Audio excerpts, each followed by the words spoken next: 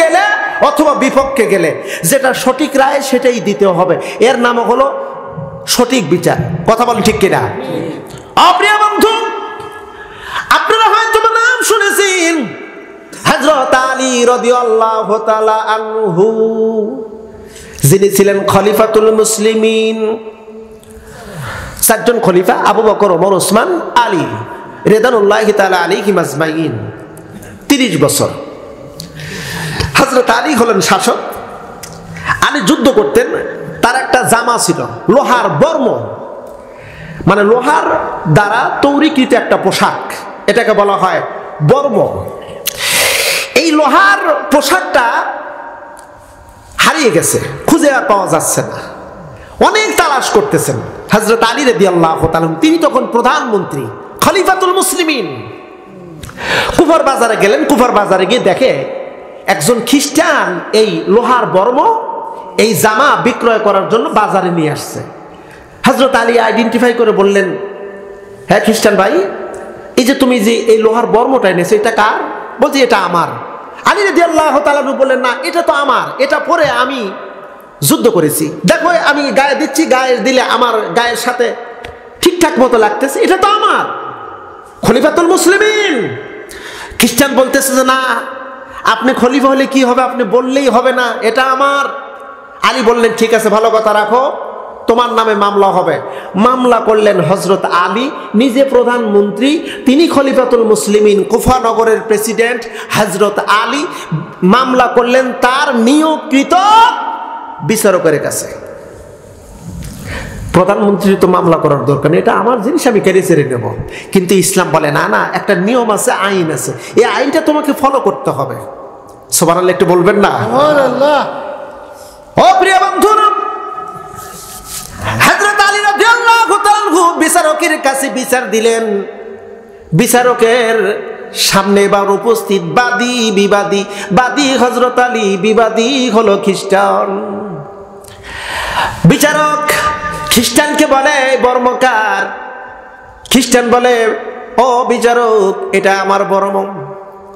আলী বাদী দাবি করেছে এটা আমার।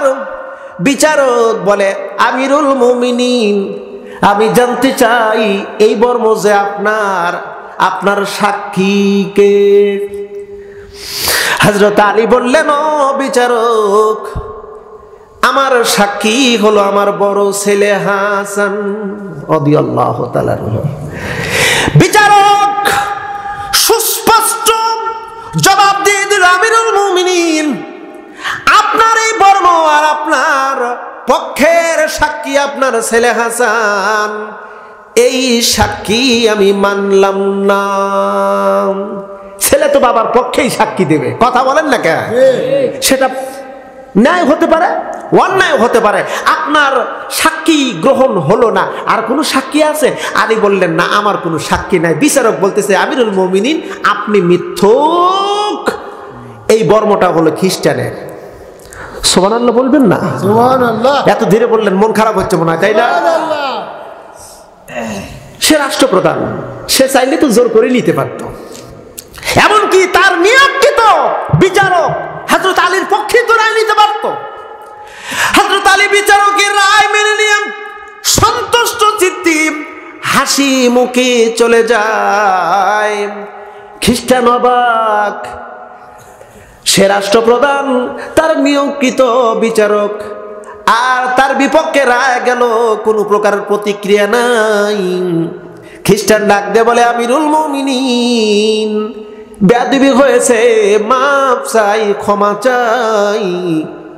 আমি এতদিন শুনেছি ইসলামের সুমহান মর্যাদা, ইসলামের সৌন্দর্য, ইসলামের সৌহার্দ্যতা আমি শুনেছি, কিন্তু বাস্তবে দেখি নাই।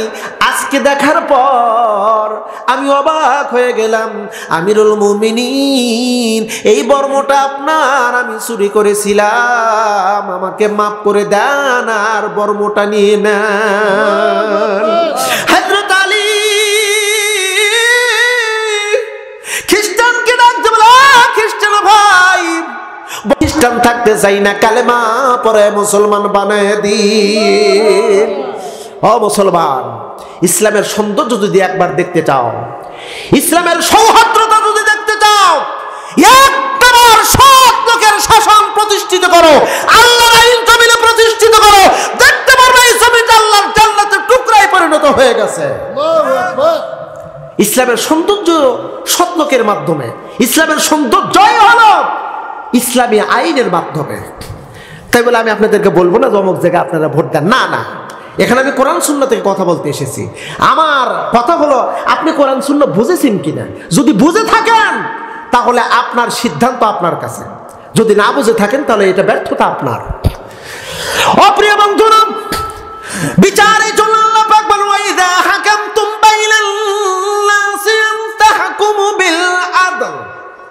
বিচার করো বান্দা, দুইজন ব্যক্তির বিচার ন্যায় ইনসাফ ভিত্তিক বিচার করো। হযরত মুসা আলাইহিস সালাম, কষ্ট লাগতেছে আপনাদের? না না, মনে হয় মোনাজাত করে দিলে ভালো হয়। 10:30 পার হয়ে গেছে, অনেক রাত হয়ে গেছে। যেভাবে চুপচাপ করে আছেন, আমার মনে হয় মোনাজাত করে দেই। হাত উঁচু করে দেখেন কারা কারা মোনাজাতের পক্ষে।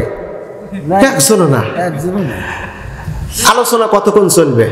হাত তোলেন, তাকবীর দেন, বুঝবো নি। লিল্লাহি তাকবীর, এটা হলো বাদ যাওয়ার তাকবীর।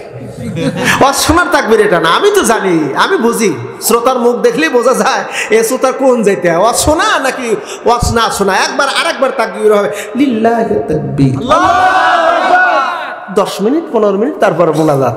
আসুন প্রিয় বন্ধুরা, বিচার করতে হবে না, ইনসাফ ভিত্তিক বিচার। হযরত মুসা কালিমুল্লাহ যখন বলল, আমি কিন্তু মূর্খ না, আমি মূর্খ না, আমি একজন আলেম, আল্লাহর হুকুম তাই আমি তোমাদেরকে বলছি। ওরা বলছে, ও আচ্ছা সরি, বুঝতে পেরেছি, তাহলে এবার আমাদেরকে একটু দিক নির্দেশনা দেন, আল্লাহ কেমন গরু জবাই করার কথা বলল। মানে ওরা যে একটু বক্র, সেটা কোরআনুল কারীমের দ্বারা বোঝা যাচ্ছে। قالوا ادع لنا ربك يبين لنا ما هي قال إنه يقول إنها بقرة لا فارض ولم يكن عون بين ذلك فافعلوا ما تؤمرون।